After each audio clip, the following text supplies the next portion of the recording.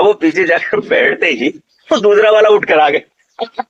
बोले महाराज ये बताओ, आपने उसको तो उपदेश दे दिया गृहस्थ का, और मुझे उपदेश दे दिया ब्रह्मचर्य का।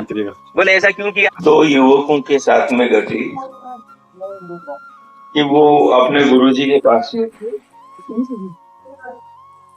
और पहले एक युवक ने गुरुजी से पूछा कि मैं तो ब्रह्मचारी रहना चाहता हूँ, लेकिन घर वाले मेरा ब्याह करना चाहते हैं। वो पीछे पड़े हुए हैं। बोले तू ब्याह क्यों नहीं करना चाहता? बोले मेरी कोई इच्छा ही नहीं ब्याह करने की, और वो जबरदस्ती मेरा विवाह करना चाहते हैं। मैं ब्रह्मचारी रहना चाहता हूँ, तो आप बताओ मुझे क्या करना चाहिए? महाराज जी ने कहा, बोले विवाह से गई बीती तो कोई घटना है ही नहीं जिंदगी के अंदर। विवाह जितनी बड़ी दुर्घटना है उतनी संसार के अंदर कोई घटना ही नहीं। बोले यहाँ उससे क्या होगा? बोले विवाह साक्षात नरक का दर्शन है।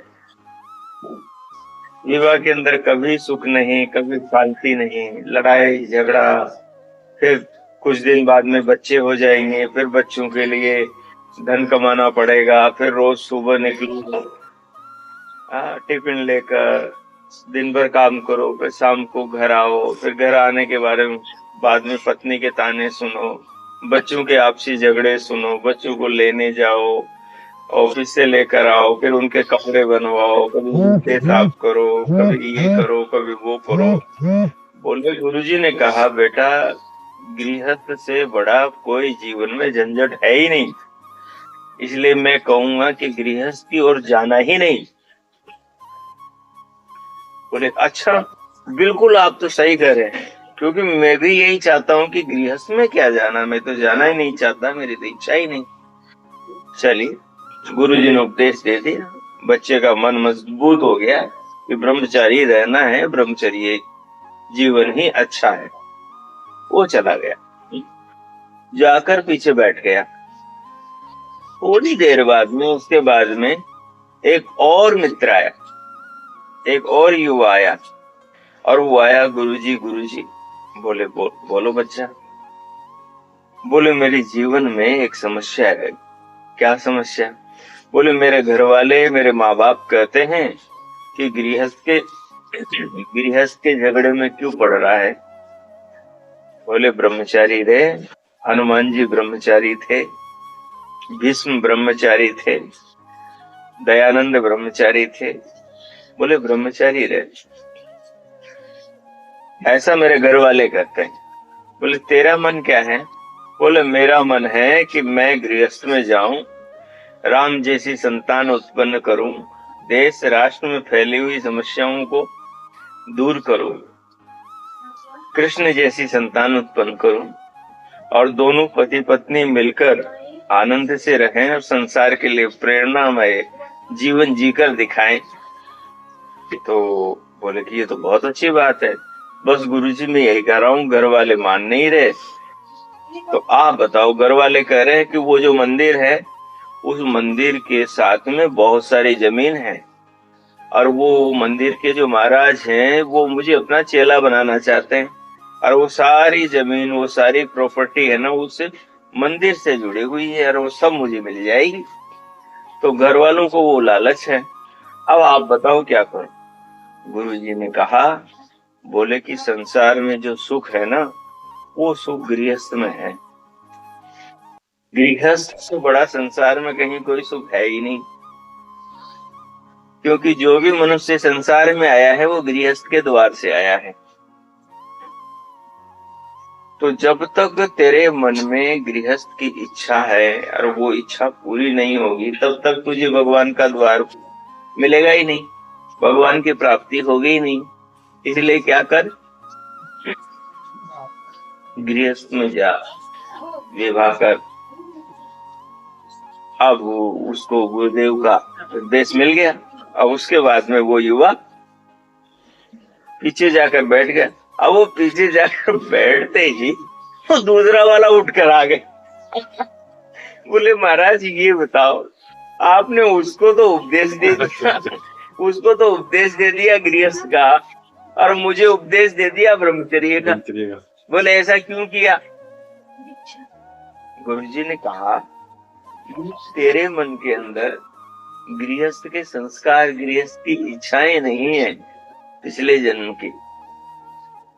तेरे अंदर प्रबल संस्कार ब्रह्मचर्य के हैं। हाँ? बिना गृहस्थ के जीवन को जीने के तेरे मन में कोई काम वासना नहीं है। स्त्रियों को देखकर तेरे अंदर कोई वासना पैदा नहीं होती, इसलिए तुझे गृहस्थ में जाने की जरूरत नहीं है। तो अपने जीवन को ब्रह्मचर्य पूर्वक जी, उसी में आनंद है। और गृहस्थ में चली जाएगा तो 4 दिन के अंदर सारा तेरा नशा उतर जाएगा, और फिर जब तक जिएगा तब तक रो रो कर जिएगा। ठीक है? तो गुरु जी बात तो आपने बिल्कुल ठीक है, बस कान पकड़े, मैं नहीं जाऊंगा गृहस्थ।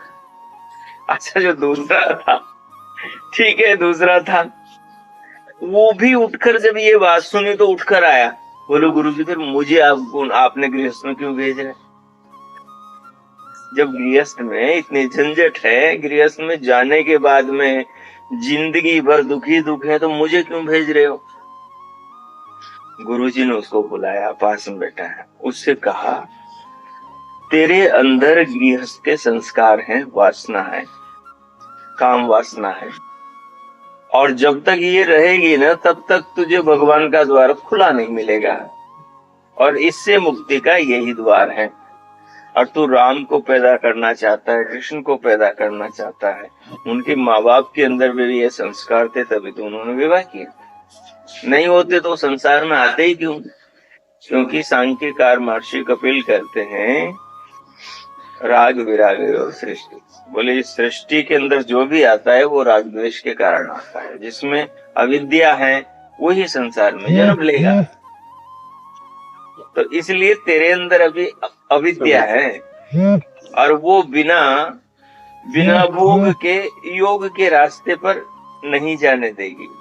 अनुभूति एक तो होती किताबों को पढ़ने से समझ आती, एक होती है कि प्रत्यक्ष उस मार्ग को विवेक पूर्वक भोग करके आदमी आगे निकले। उसको वो समझ में आ गई कि ठीक है मेरे अंदर ये संस्कार है, और वो संस्कार, इसलिए स्वामी दयानंद जी ने भी एक जगह एक बात कही। उनसे किसी ने पूछा कि महाराज गृहस्थ में जाना चाहिए नहीं जाना चाहिए? उन्होंने कहा कि ये बताओ बीमार को दवाई लेनी चाहिए नहीं लेनी चाहिए? जो बीमार है उसको दवाई लेनी चाहिए नहीं लेनी चाहिए? बोले बीमार को तो लेनी चाहिए। अगर बीमार दवाई नहीं लेगा तो क्या होगा? रोग बढ़ जाएगा और मर जाएगा। ठीक है? बीमार दवाई नहीं लेगा तो। और जो बीमारी नहीं है, रोगी नहीं है, वो भाई जो बीमारी नहीं है उसको दवा देने की जरूरत क्या है? और जो बीमार नहीं है फिर भी यदि वो दवाई लिए घूमे तो फिर वो मूर्ख है ना? उसने जीव का जंजाल यदि खुद बांध लिया है तो फिर वो मूर्ख है, चाहे स्त्री हो चाहे पुरुष हो। ठीक है ना? तो बात ये है कि जिसके अंदर विवाह की चाह है, संस्कार है, वासना है, उसको विवाह में जाना चाहिए, विवाह करना चाहिए। नहीं तो वो बाहर जाकर अपराध करेगा, बाहर जाकर वो किसी का घर बगाड़ेगा, बाहर के जाकर वो किसी की बहन बेटे को खराब करेगा। तो इसलिए जिसके अंदर संस्कार है उसको गृहस्थ में अवश्य जाना चाहिए, और जिसके अंदर नहीं है उसको अपनी जिंदगी खराब नहीं करनी चाहिए। वहां जाकर तपेड़े नहीं खाना चाहिए। ये एक समझदारी की बात है। इसलिए जिनके अंदर नहीं है संस्कार वो नहीं जाते। अब दूसरी बात बताता हूँ।